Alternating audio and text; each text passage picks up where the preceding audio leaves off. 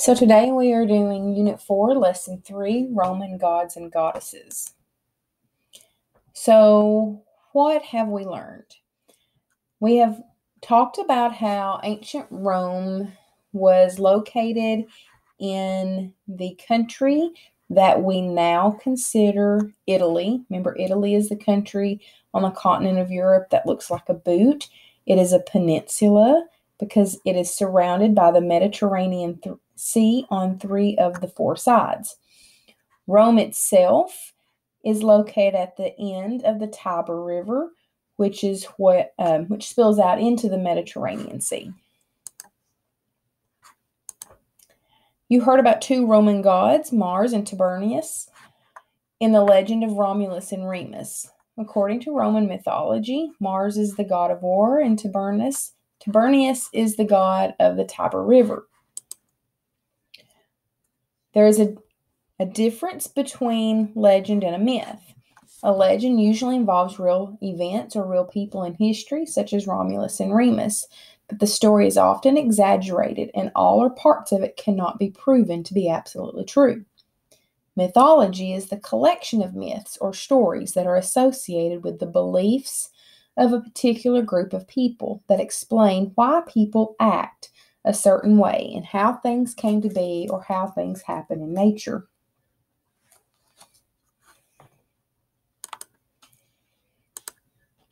We're going to listen carefully to find out how the Roman beliefs were similar to some of the Greek religious beliefs. And we're also going to listen carefully to hear how the names were different between the 2 cultures and languages. In the legend of Romulus and Remus, you heard about a Roman god named Tiberius, the god of the Tiber River. Remember, according to the ancient Roman mythology, or the collection of myths the people believed, Tiberius was just one of the many gods that ruled the earth. To understand Roman beliefs and religions, let us first think about some of the early inhabitants of what we now call Italy. The people who lived there and whose children and grandchildren would later be called the citizens of Rome. Back then, before Rome was a powerful city, most people in the area, such as the Etruscans and the Greeks, were farmers. The life of a farmer may seem simple to some. They plant seeds, wait for the plants to grow, and then harvest the fruits of their labors. Some farmers worked with livestock. So if you look at the picture, you can see some images of farmers working with livestock and some images of them planting and harvesting their crops. There's a lot of hard work involved in farming. But even if you're willing to do the hard work, there's a lot of uncertainty in farming. The weather is the biggest uncertainty. For farmers, rain is precious. If farmers' crops don't get the rain they need, then no amount of hard work is going to help them at harvest time. That is when they bring in all the food they have grown that they will need for the upcoming year. In ancient times, people had very little scientific understanding about weather and climate. They did not know why we had seasons or even why day turned into night. All people knew was that they had to survive in a challenging and dangerous world in which anything could happen. Floods, droughts, diseases, plagues of insects, just to name a few. Sometimes things were just fine and farmers would enjoy great, bountiful harvests. But other times it rained just enough for farmers to harvest the amount of food that they needed.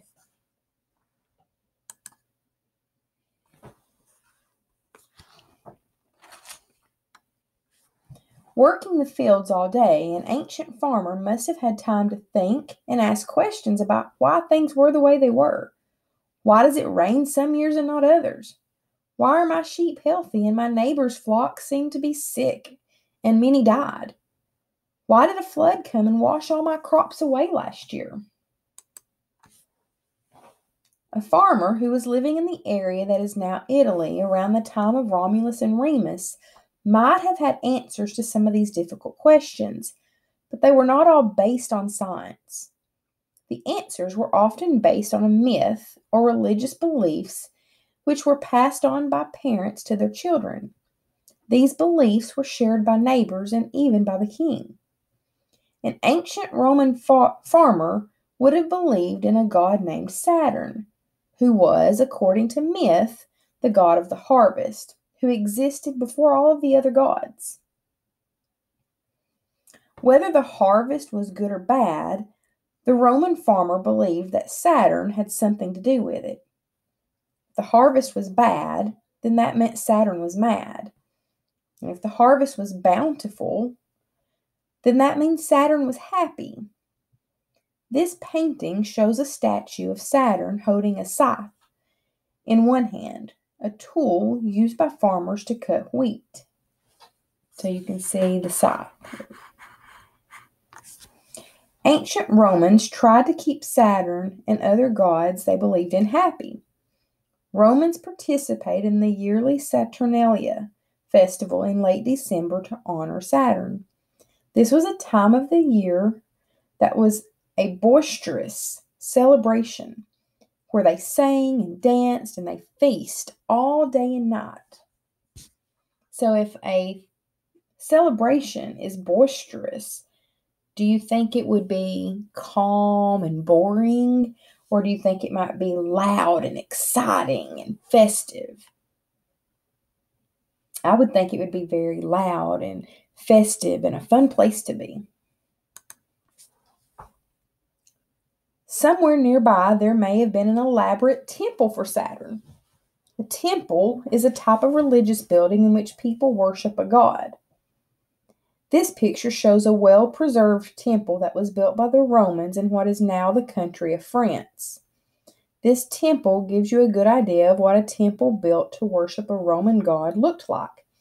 Inside the temple, there would have been a statue of the Roman god and an altar or a special table where gifts could be left for the god. Priests were often dedicated to a particular god. Priests dedicated to Saturn would live in that temple and perform rituals or important ceremonies that were intended to please that god.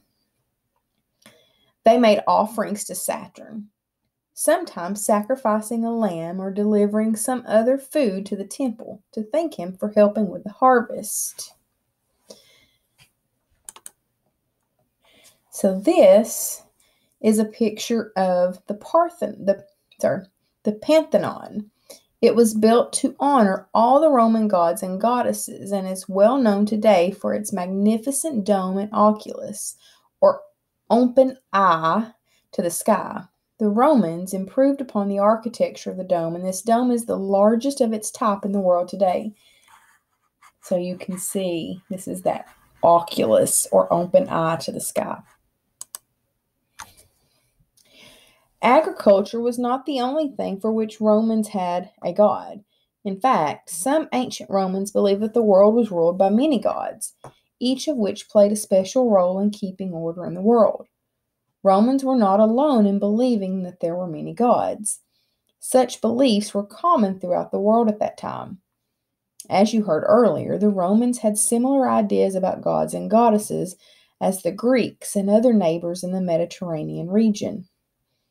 East of the area that is now the country of Italy, there's another area that juts out into the Mediterranean Sea.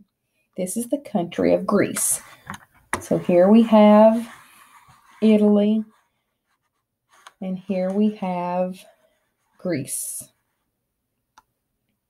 If you compare Greek and Roman culture, you will find many similarities. In ancient days, it was easier to travel by boat than by land between these two areas. Both of these countries are separated by a fairly narrow body of water that is dotted with dozens of large and small islands.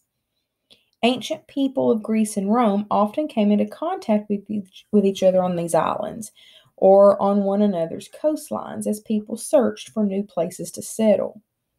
This close contact brought lots of trade between people, including the blending and exchanging of ideas and beliefs. Many Romans had heard of Zeus, the king of the Greek gods, who was believed to rule over a collection of gods, including Aphrodite, the goddess of love, Apollo, the god of the sun, music, healing, and knowledge, Ares, the god of war, and Athena, the goddess of wisdom and understanding. Greeks went to Athena's temple and worshipped her when they needed help with tough problems. She was also considered to be the goddess of war, which is why she had a spear and helmet. The Romans also believed in and worshipped many of the same types of gods and goddesses that the Greeks believed in, although the Romans had different names for most of them because they had a different language. Some historians would say that the Romans borrowed these gods and goddesses from the Greeks, although the idea of many of these deities may have already existed before the Greeks and Romans would have encountered each other. The Greek goddess of wisdom, Athena, was similar to the Roman goddess Minerva. The Greek king of the gods was named Zeus. The Romans called their king of the gods Jupiter. So here we can see the Greek god over all the gods was Zeus, and the Romans called him Jupiter. Instead of the Greek god Ares, the Roman god of war was named Mars. Instead of the Greek named Aphrodite, the goddess of love in Rome was called Venus.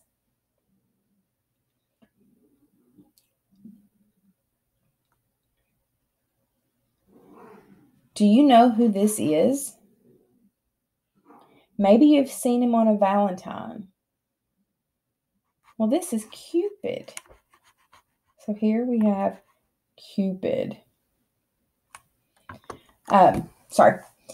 Cupid was thought to carry love arrows. According to the Roman myth, he could shoot people with these arrows and make them fall in love with other people. Like the Greeks, the Romans believed that some of the gods and goddesses lived in a palace on the very top of Mount Olympus in Greece. These buildings were known as the Olympian gods. Some of the myths of the ancient Romans were also similar to Greek mythology. Greek and Roman mythology involved lots of fascinating characters, including monsters and famous heroes. Hercules was one such mythical Roman hero. According to both ancient Roman and Greek myths, Hercules was the strongest man on earth. He was special because he was believed to be part god and part human. His father was Jupiter, the king of the gods. There wasn't much that Hercules couldn't do. According to several myths, Hercules killed dreaded creatures. One such creature was the Nemean lion, a vicious, man-eating lion with a magical protective hide. Hercules was sent out to kill the Nemean lion to please a certain king. After Hercules successfully killed the Nemean lion, he kept the lion's hide to protect himself on future adventures. To many ancient Greeks and Romans, myths help explain the world. If you take the opportunity to read and study some of these ancient myths, you will begin to understand how important they are to our own language and culture today. For instance, if anyone ever tells you that you need to complete some sort of Herculean task, you better get ready for some hard work because it means Hercules himself would barely be able to do it. So our word work is the word elaborate. So think about the word elaborate. Is that a word you've ever heard before? In the story, you heard somewhere nearby there may have been an elaborate temple for Saturn. So the word elaborate means highly detailed or made of many carefully placed or arranged pieces. So think of something that you might have seen that is very elaborate. In the case of the word elaborate, I may say that the painting that I'm looking at was an elaborate painting. Or if you've ever seen a handmade quilt, you might say that quilt is elaborate. So the word elaborate, what part of speech would it be? Would it be a noun? Is it something I'm going to touch? Do I touch elaborate? Is it a verb? Can I do elaborate? Is it a pronoun? Is it an adjective?